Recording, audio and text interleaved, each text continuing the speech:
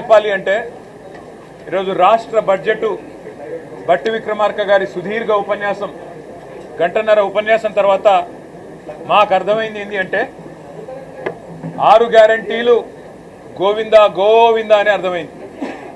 6 గ్యారెంటీలు మర్చిపోయినారు, తిలోదకాలు ఇచ్చినారు, 100 రోజుల్లో 6 గ్యారెంటీలు అనే మాట ఇవాళ పాతర వేసినారు అనే మాట స్పష్టంగా అర్థమైంది. ఈ మాట నేను ఎందుకంటా ఉన్నా అంటే ఈరోజు రాష్ట్ర ప్రభుత్వం ప్రవేశపెట్టిన రెండవ బడ్జెట్, వారు అధికారంలోకి వచ్చిన తర్వాత డిసెంబర్ 2023లో ఇది రెండవ బడ్జెట్ వారు ప్రవేశపెట్టింది.